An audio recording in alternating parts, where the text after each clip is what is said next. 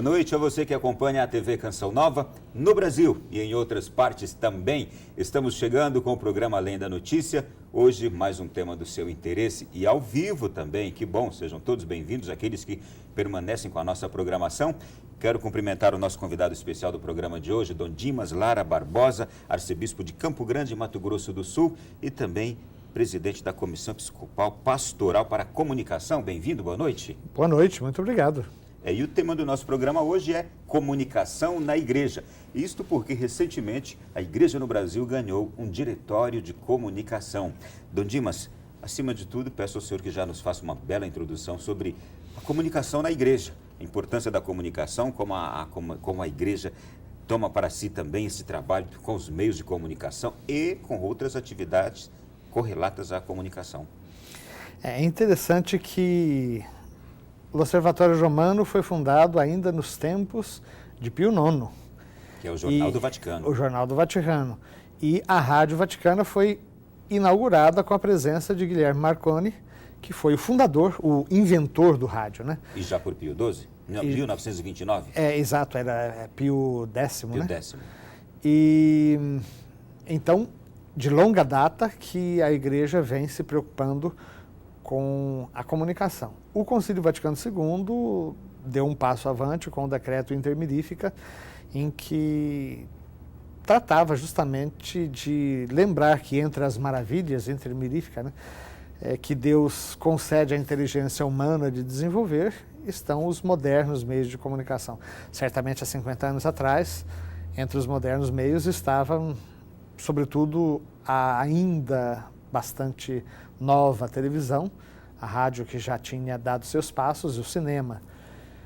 Agora, hoje nós temos em Roma um Pontifício Conselho para as Comunicações. É como se fosse um ministério de um governo. Exato. Nós temos a Rádio Vaticano, que continua agora com cerca de 40 países diferentes, ou programas de países diferentes. Destinadas a países e línguas diferentes. Exato. E temos o Centro Televisivo Vaticano, que já produz documentários e matéria que depois é repercutida pelas emissoras de todo o mundo. E, inclusive, essas grandes transmissões que nós acompanhamos do Vaticano com o Papa, o Centro Televisivo Vaticano é gerador, juntamente com a RAI italiana, o maior canal do país. Exato. E aqui no Brasil, já há cerca de 14 anos que nós vimos nos preocupando sobre a necessidade de um diretório, porque existem muitas iniciativas na área da comunicação. As TVs vão se multiplicando, as rádios, então não se fala, tanto que nós já temos a Rede Católica de Rádio, mas não é a única rede de rádios católicas. Existem outras no sul do país e em outros lugares também, em que centenas, às vezes, de emissoras se unem, sobretudo em determinados horários. Existe um compartilhamento muito grande de programas, de modo que rádios maiores ajudam rádios menores na elaboração de conteúdos. E hoje já começamos a pensar numa rede católica de TVs. Isso sem falar com a ascensão das novas mídias, sobretudo das mídias digitais. Hoje a internet já não é mais simplesmente uma ferramenta, ela é um verdadeiro ambiente, ou uma ambiência, como se costuma dizer, em que são formadas as novas gerações. E é muito importante que a igreja aceite esse desafio de estar presente também nessas mídias. Então o diretório, ao longo de todos esses anos, foi sendo pensado, repensado, e até que, da Assembleia Geral do ano passado, foi apresentado uma primeira versão que tinha sido publicada já com um protótipo a título de estudos da CNBB, um protótipo aprovado no Conselho Permanente.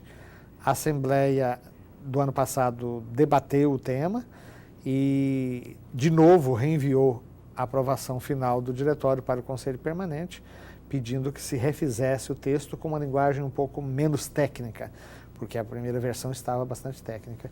E no Conselho Permanente de março, agora, então, finalmente foi aprovado o diretório e apresentado aos bispos durante a Assembleia. E ali aprovada? Não, já estava aprovado, foi apenas distribuído Apenas já. distribuído. Perfeito. Bom, quero saber o seguinte, ainda uma pergunta muito aberta. Esse diretório ele servirá, sobretudo, para os meios de comunicação católica e aqueles que os dirigem? Servirá como um diretório para ajudar a igreja a fazer melhor comunicação? A quem se destinará, parte por parte, esse diretório? Bom, claro que os primeiros destinatários são sempre os comunicadores. A começar dos próprios bispos, que são os responsáveis primeiros pela pastoral da comunicação nas suas dioceses.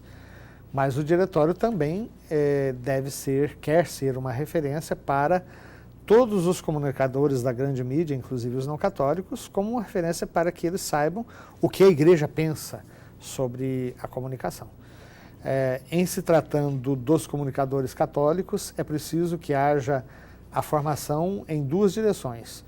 Em primeiro lugar, que eles saibam apresentar conteúdos religiosos com competência, e com relação à grande mídia, é preciso que nós sejamos capazes de lhes fornecer a informação também com a qualidade adequada. A grande mídia muitas vezes fala de temas religiosos sem a devida preparação. Aliás, esse é um tema que uma vez eu abordava com um dos diretores da TV Globo, em que nós observávamos que hoje é cada vez mais raro o jornalista especializado em determinados temas, a não ser os que acompanham, por exemplo, a Praça dos Três Poderes, acompanha então aqui em Brasília os rumos da política nacional, aqueles que são mais especializados na economia, mas nós já não temos mais tantos especialistas. E mesmo estes, vez por outra, a gente vê também eles atuando em outras áreas. Em outras áreas. De fato, eles são generalistas. São generalistas. E isso força o jornalista da grande mídia a se aprofundar no conhecimento das áreas em que eles vão fazer cobertura, mas da nossa parte o dever, né, de estar fornecendo material suficiente. Sem para contudo aquele conhecimento específico, e muitas vezes quando vai tratar de um assunto, no caso aqui agora de igreja, ele trata geralmente não utilizando a linguagem adequada para a igreja. Exato. Não é? Essa é uma dificuldade real. Uma vez um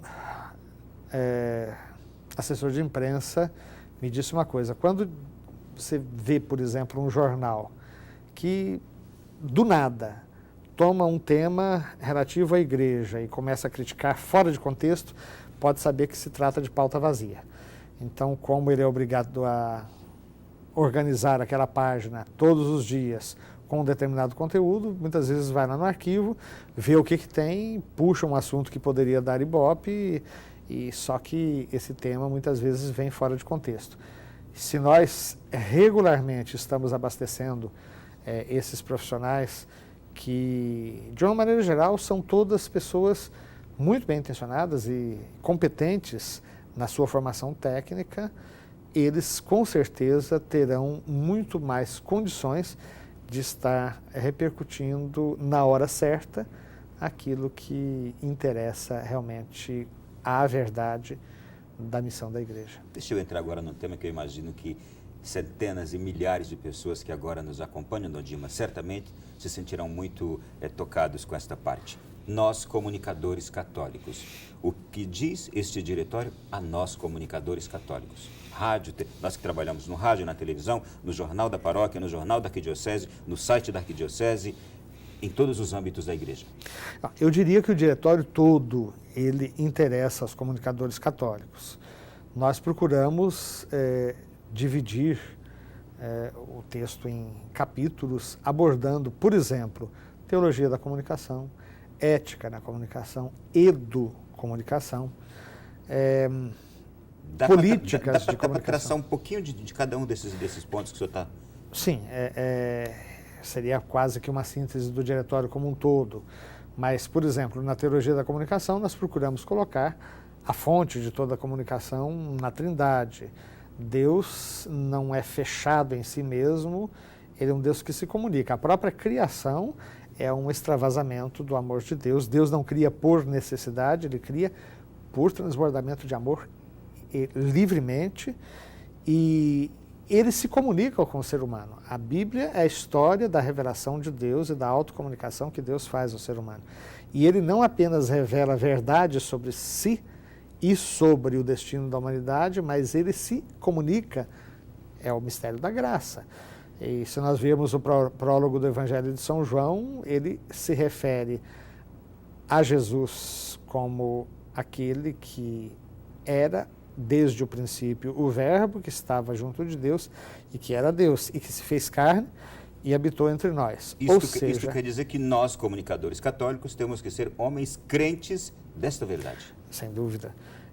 Imbuídos dessa verdade, o Papa Francisco tem insistido muito nessa dimensão do testemunho, né? Sobretudo, o grande cerne do comunicador cristão, para além da técnica em termos de equipamentos e da técnica da oratória, sim. Ele tem que estar imbuído daquele que ele quer transmitir, porque nós não queremos transmitir apenas ideias sobre Deus. O Papa Bento dizia na abertura da Conferência de Aparecida que o cristianismo não começa com uma ideia, com uma filosofia e nem mesmo com uma ética. Ele começa com um encontro vivo com uma pessoa, a pessoa de Jesus. Então, é um evento, o início da vida cristã. Bom, eu diria que aí, então, para nós comunicadores católicos, já está um ponto fundamental, que é encher-se desta consciência. Desenvolver uma mística, não apenas ter consciência, mas realmente desenvolver uma mística do comunicador, e lembrando que o próprio Jesus é a palavra. Quando São João usa a expressão logos, palavra, verbo, ele tem todo um lastro de filosofia e de pensamento que lhe é anterior entre os gregos, dizendo, em primeiro lugar, que Jesus é a comunicação e o comunicador perfeito do Pai. A Deus ninguém jamais viu, aquele que está voltado para o seio do Pai é que não o deu a conhecer. Mas, mais ainda, logos tem a ver com razão, racionalidade. Tudo foi feito por ele, nada que existe foi feito sem ele. E ele é logos, ele é razão, ele é comunicação. O próprio universo, enquanto criação de Deus, ele tem uma racionalidade que a própria ciência perscruta e pode conhecer. Então, nós entramos nessa dinâmica toda. Eu só vou acelerá-lo aqui porque eu tenho tantas coisas para perguntar para o senhor sobre esse diretório. O senhor tocou em outros dois pontos, ética e educomunicação. Então, a ética, de novo, um tema muito caro ao Papa Francisco, que diz respeito, evidentemente, a todos os âmbitos da vida humana, mas particularmente aos comunicadores, porque é muito importante comunicar a verdade na caridade e viver a caridade na verdade, como dizia o Papa Bento, retomando duas passagens paulinas, Caritas in Veritatis, Veritas in Caritate. E, nesse sentido, o bem da pessoa, o respeito para com o ouvinte, mas o respeito também pelo próprio conteúdo ou pela pessoa de quem se fala, o próprio amor filial à igreja, tudo isso vai constituir bases para que a nossa comunicação tenha efetivamente uma ética e que se espera, naturalmente, salvaguardada a liberdade de crença, ela é exigida de qualquer comunicador, né? Quem se utiliza da imprensa falada, escrita, enfim, apenas para provocar intrigas ou para difundir valores que na realidade são contrários à dignidade da pessoa humana, podemos dizer que estaria atuando contra a ética. Ou simplesmente para se autopromover, porque ocorre. Bom, um último ponto, ainda nesse bloco, educomunicação, que diz respeito a quê? É engraçado que já nos meus tempos de grupos de jovens, nós nos preocupávamos com a necessidade de levar os nossos jovens a conhecerem ou melhor, a se servirem de maneira crítica, sobretudo na época a grande preocupação era a televisão. Então, como havia um verdadeiro assédio aos valores mais sagrados da família e da grande tradição católica, nós nos preocupávamos em fornecer elementos aos jovens para que eles pudessem participar, receber esses conteúdos de uma maneira crítica, checando, verificando a veracidade daquilo que se recebe, comparando com outras versões. Era uma tarefa um pouco mais difícil, porque ou você simplesmente via, no caso do noticiário, mais de um canal e tentava comparar o que se dizia ali, mas era muito difícil ir até as raízes. Hoje, com a internet e com as novas mídias, você pode assistir em tempo real o que está acontecendo do outro lado do planeta e aí sim as suas fontes de informação podem ser muito intensamente potencializadas.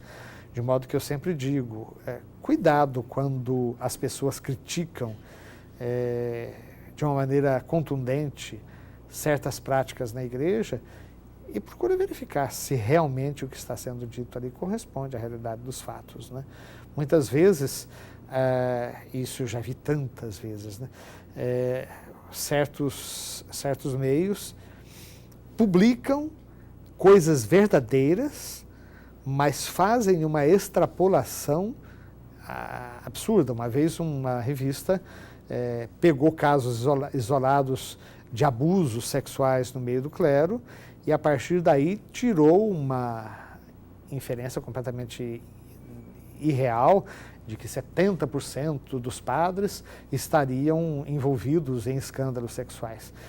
A coisa é você se servir de algum fato pontual verdadeiro e a partir daí tirar uma conclusão que abrange milhares e milhares de pessoas, né? Então, ter a capacidade crítica de checar a informação é muito importante. Muito bem. Nós vamos continuar falando sobre a comunicação na igreja, o comunicador católico, tudo no tema do programa de hoje. Vamos para o intervalo e a gente volta já.